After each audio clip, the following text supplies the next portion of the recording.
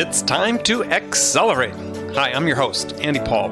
Join me as I host conversations with the leading experts in sales, marketing, sales automation, sales process, leadership, management, training, coaching, any resource that I believe to help you accelerate the growth of your sales, your business, and most importantly, you. Hello and welcome to Accelerate. This is another episode of Frontline Fridays with my special guest, Bridget Gleason. Bridget, how are you today? I am doing great. Andy, how are you and where are you? Well, I'm in New York, and I have to admit I'm a little tired this morning because I spent some time with the boss yesterday, and it's hard. It's hard spending time with the boss. I hope everybody knows who you mean when you say the boss. I know who you mean when you say the boss. And I also saw a little bit on Facebook so that I knew you may be a tad bit tired this morning. Yeah, so I'm in the New York office today. And yeah, last night serves a little bit of a belated birthday present. My wife took me to go see the boss, Bruce Springsteen. At the that was fantastic. At the Meadowlands in New Jersey. I don't think there's anything better than seeing the boss in New Jersey. And it was, first of all, he's in concert. He's always amazing. And which is something I definitely want to talk about today because I think there's a sales lesson there. But yeah, it jam-packed Meadowlands. It's one of the things as I get older, I like going to concerts so I don't have to stand the whole time. But so you don't have to admit that to the wider public. Yeah, but so I wanted. You already have. Well, I've got a bad back, and I wanted to see. But the fact is, a Springsteen concert, you never sit down anyway. So we could have been on the infield for all that mattered. But just you look at the guy. He's 67 years old. By the time this episode airs, he's, I think on September 23rd, actually, it was a month from the night of the concert, turned 67, plays 4 hours, just under 4 hours, just like 3 hours and 55 minutes, and never leaves the stage once. Impressive. And plays to the audience, plays in the audience, is... was on and off the stage, constantly working his way through the audience. For anybody that's seen him perform either live or seen a concert performance on HBO or something, high energy. And the thing that impressed me is I was thinking back to the first time I had seen him in concert, which was a long time ago. We're talking decades. You don't need to admit it, Andy. I think it's better actually if you don't. Where he was, obviously much younger, and it was the same level of energy. That's the thing that was just mind blowing. Is here, decades later, it was as high as intensity. His commitment to the audience was the same as it had always been. Song selection obviously was a little bit broader and deeper, given that he's expanded his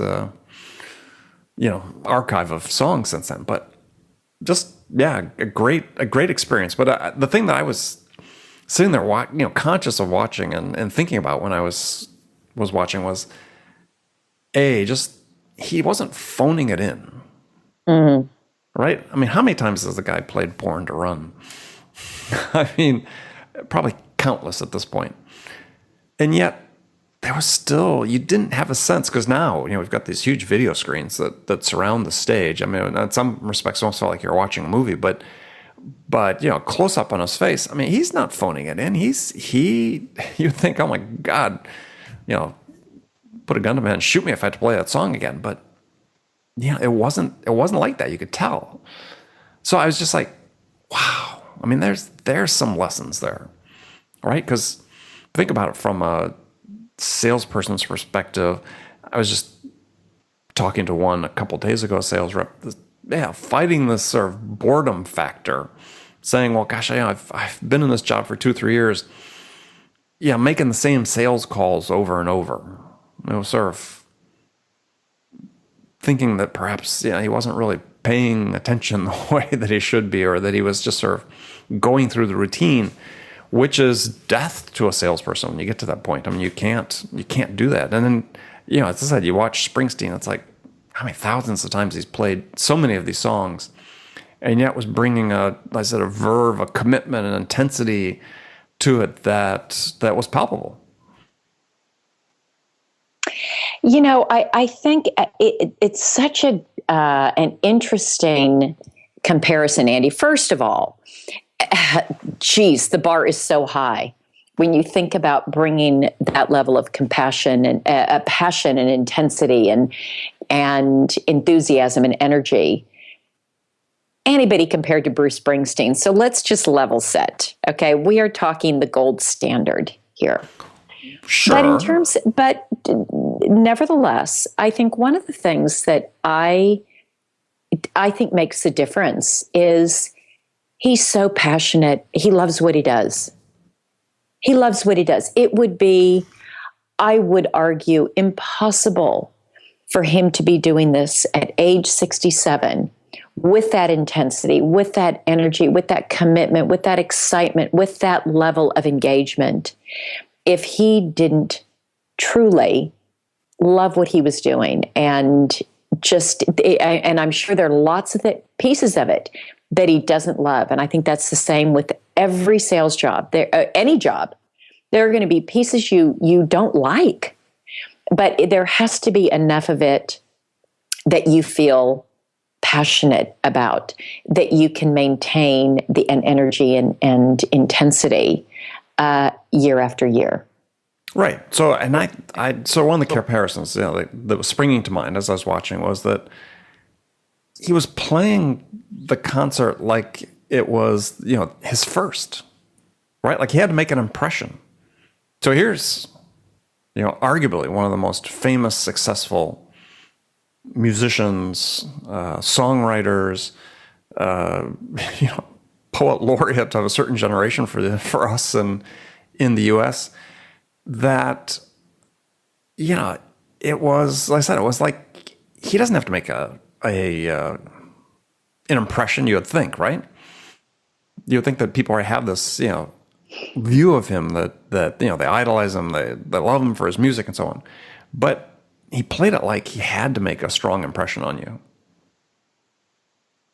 And I think that's, that lesson for sales is, every time you have that opportunity, to interact with a prospect, a customer, it should be like it's your first time.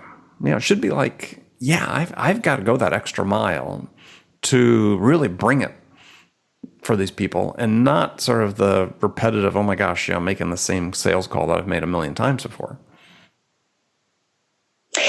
Andy, I used to, when I was doing a lot of sales training, there was one question I would have on just sort of a fun pre-quiz. And the question was, can an experienced salesperson who's been doing it for 20 years wing it on a sales call? And the answer is, yeah, an experienced salesperson can wing it, but an experienced salesperson doesn't wing it. And they continue to prepare, and they continue to bring that intensity. They continue to bring that energy. And I think that's what you saw last night with Bruce Springsteen, the boss. He didn't have to go prove anything to anyone. People know who he is. He could call it in, but he's a professional. And so he doesn't. And I think that's a really good lesson for any of us. No matter where we are in our career, there are going to be things that we feel like are easier. We've got it, or I don't need to prove it. Don't they know who I am? Or don't they know my product? But if each time you approach it as, this is a brand new person who I'm engaging with, who may not know who I am or what my product is, and I'm gonna go win it sort of at each stage, I think you'll see more success. Yeah. I mean, I think, and there's a couple of other points along the same lines, is not only was he playing it like it was his first concert, but I think he was playing it like it was his last as well. God, what a great point. And so when you think about it from a sales standpoint, we all have a legacy, right? I mean, it's not like people are going to write about us in history books or so on, but we do have a legacy that follows us. What do we want that last impression to be? That last first impression we make? What's that last deal we're working on? What would we want that to be?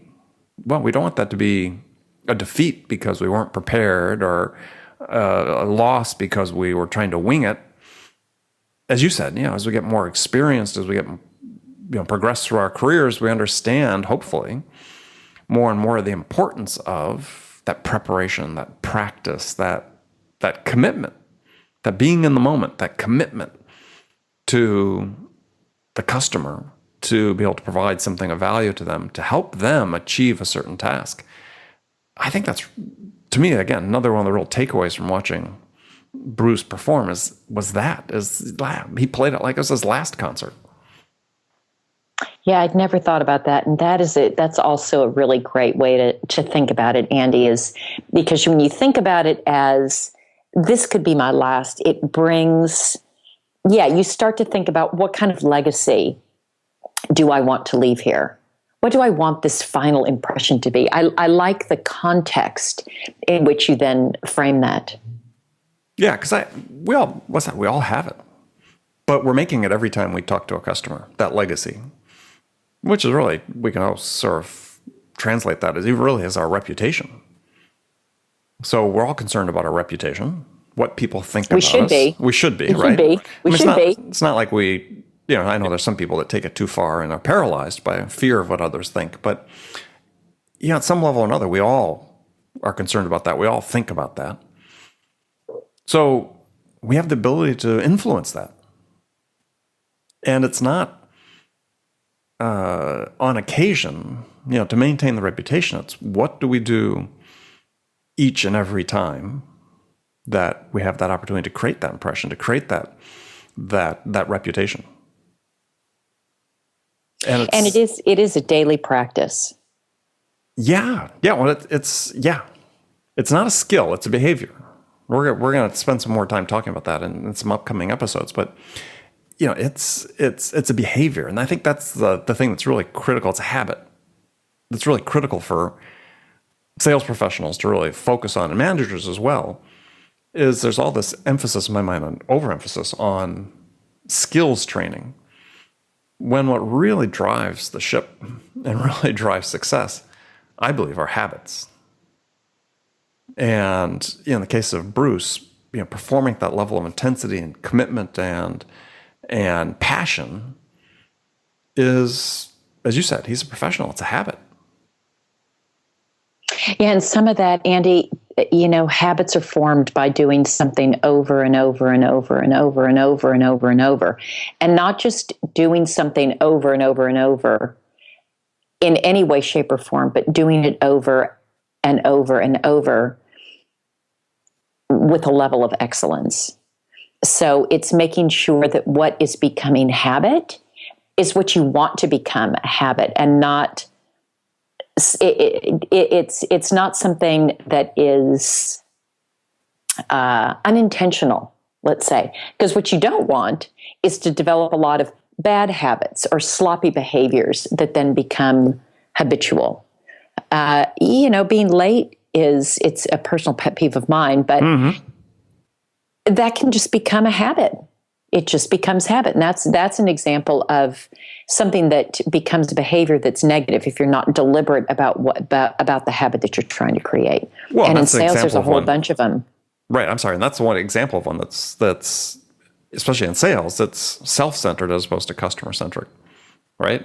I'm late. I'm always late. I'm not saying, not me personally, I'm saying that hypothetically because I'm like you. I'm pretty exacting when it comes to being on time. When someone that's saying that it's acceptable to be a few minutes late, oh, that's just the way I am. What they're saying is, I don't care about you. I was thinking about this yesterday, Andy. I was had a meeting with one of the early, very well-respected, prominent VCs in the area, someone who, boy, I just have so much admiration for him. And of course, I showed up early. He was right on time. And I only had 1 hour.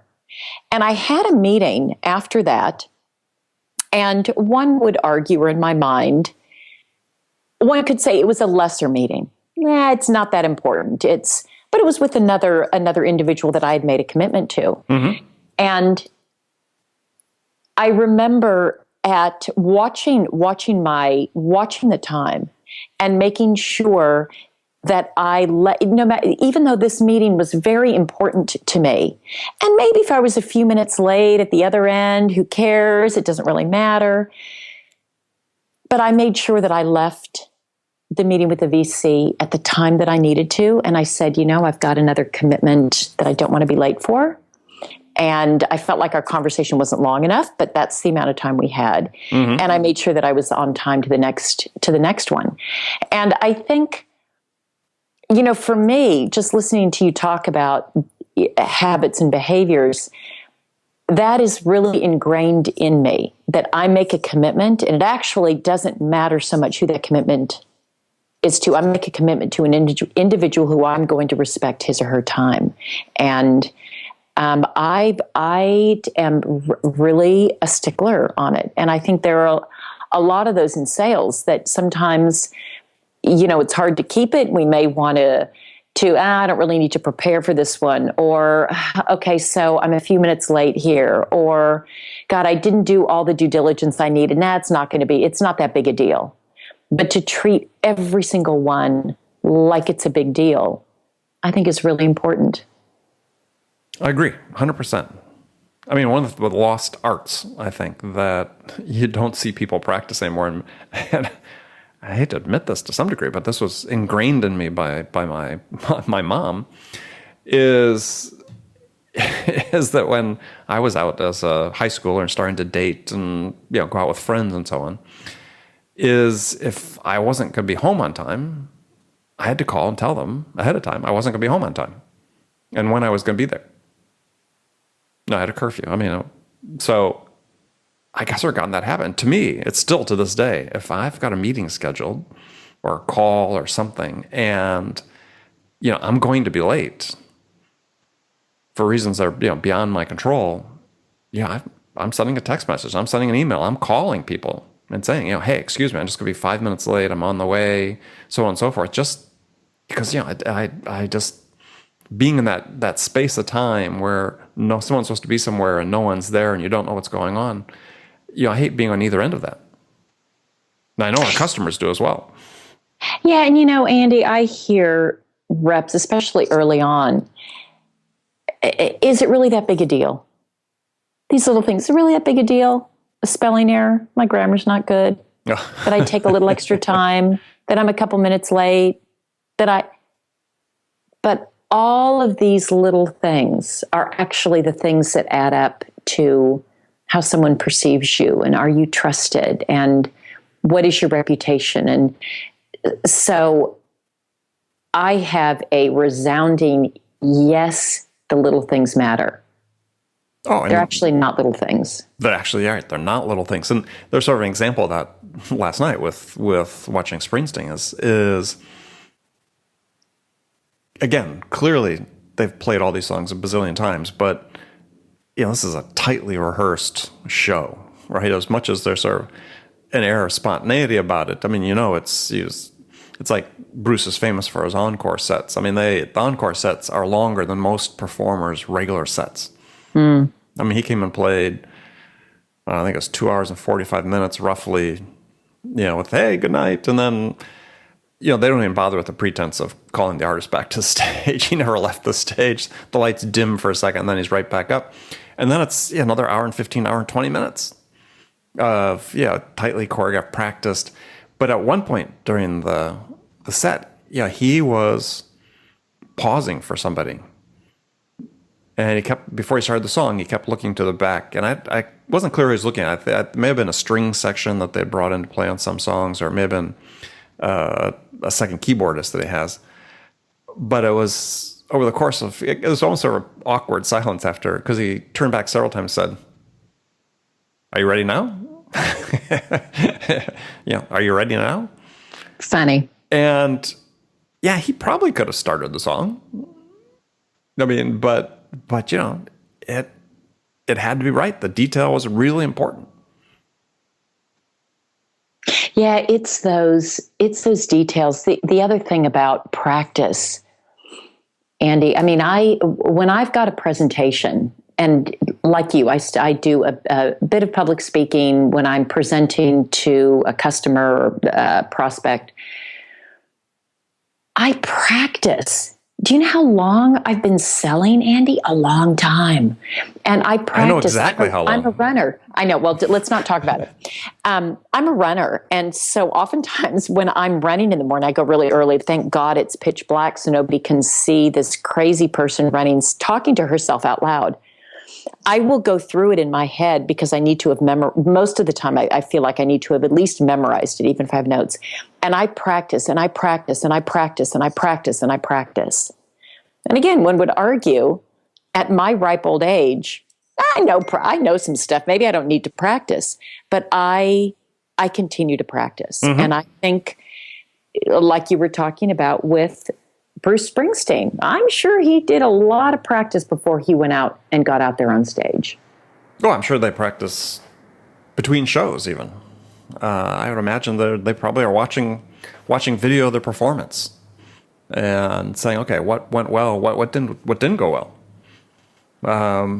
Yeah, I mean, it's that part really sort of, again, drives me a little bit crazy when I see presentations or demonstrations, demos that people are doing that, yeah, just don't have that practiced flow to it. You know, what you're telling is a story, right? Much like each song Springsteen sang, the whole concert as a whole was a story.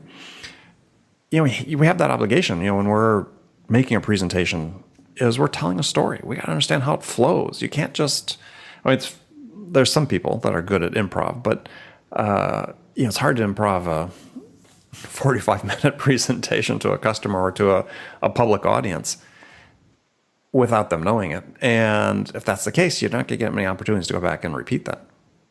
Yeah, and I think improv is also really important, being able to think on your feet. So I think that's another skill that's important and can also be practiced. But being good at improv doesn't mean that you don't need to be good at the presentation. Yes, well, I agree. And the preparation. Right. And for people listening to this, if they didn't catch my interview with Kathy Salet, which was sort of mid-August, you need to go back and listen to that because her whole business is based on training people, salespeople and others in business, how to use improv to improve their performance. And it was a fascinating talk. And she's got a great book called Performance of a Lifetime that people should check out. A plug for one of my own episodes. There you go. Love it. Love it. Yeah, and it's a great conversation and some very simple tools that you don't think about. Because, you know, one of the keys of improv, and I'll just dive into one of them that really stuck with me, is when we talk with people and they ask us a question, you know, a lot of times we say, yes, but, you know, there's some sort of caveat or something onto it. And this is just, you know, one little thing. But I think if you look at your own speech and the way we do things, people may ask us a question and we'll say, yes, but. And in improv, you know, the rule is when they're on stage, somebody says something to them, yeah, the response is yes, and, you know, they build on that. Yes, and. And so just to look at that difference between if you start answering questions from customers, even if it wasn't completely on point, but something that you want to build on, instead of saying, yes, but we do things a little bit differently, say yes, and on top of that, you know, have you considered, you know, this way of doing things? And it makes the conversation completely different. Yeah, it's so different. One little word, and it changes the whole tone of the conversation from something that it could be perceived as argumentative, but to building on a topic. To opening, and yes, and, yeah. Right? Yes, and, that's expansive, as opposed to yes, but, which is you know, closing things off. And that was just that one little thing from improv that I thought was a fascinating tip. Yeah, that's great. That's a great reminder. Yeah, and if you keep sort of using that dish, Kathy uses the metaphor sort of jazz, that where you're riffing and expanding, based on what someone had said before with the yes and improv does that as well. And so if you sort of view conversations as a form of jazz improvisation, it's a very, very, very clever metaphor. I'm going to check out that episode because I don't think I've heard that one, Andy. So I'm going to go back and find it. All right. Well, I'll give you a quiz the next time that we talk. Perfect. I love quizzes. I'm not kidding. I love quizzes. I love tests. I was a, you were one of those, right? I was one of those. I know. I hate to admit it, but anybody who knows me knows that's the case. Yeah, that was not me. Not a big fan of pop quizzes. But so anyway, to sort of sum this up, I have a couple recommendations for people. One is, if you get a chance, go see Springsteen live and in person. If you haven't done so already, put it on your bucket list. Even if you're maybe not the biggest Springsteen fan, which I am, though actually compared to some of the people at the stadium last night, I paled in comparison. And one of the things that was most fascinating about this concert was, perhaps not unsurprisingly, there were a lot of gray hairs there, but we saw some 3-generation families in the crowd. Yeah, I believe it. I believe it. And a lot of 2-generation families, including a woman who was probably late 30s, early 40s with a late teenage year son, that both of them knew the words to absolutely every song. And this was true throughout the audience. It just, maybe it's just because it was Jersey, but yeah, everybody, all generations loved it, knew the words, knew the music. Yeah, it was spectacular. Anyway, if you get a chance to see Bruce, and then pay attention to him as a performer and relate it to how you perform as sales, because we are performers in sales, whether we want to be or not, and see if you can draw some of those same lessons from watching him that I did. Sounds good, Andy. All right. So makes me want to fly out to Jersey. Well, it's not going to happen, but well, he's got a show tomorrow night and next week at the Meadowlands. So you still have an opportunity. All right. Okay. All right. Yeah, let me know if you're coming. Okay. All right, so this has been another episode of Frontline Friday. I sure appreciate everybody joining us. As always, if you have any questions about anything at all related to sales, make sure you email them to me at andy@zerotimeselling.com. And Bridget and I will take those on the air. Bridget, lovely to speak with you as always. Likewise. Have a great day, Andy. All right, we'll talk to you soon. Thanks for listening to the show. If you like what you heard and want to make sure you don't miss any upcoming episodes, please subscribe to this podcast on iTunes or Stitcher.com. For more information about today's guest, visit my website at andypaul.com.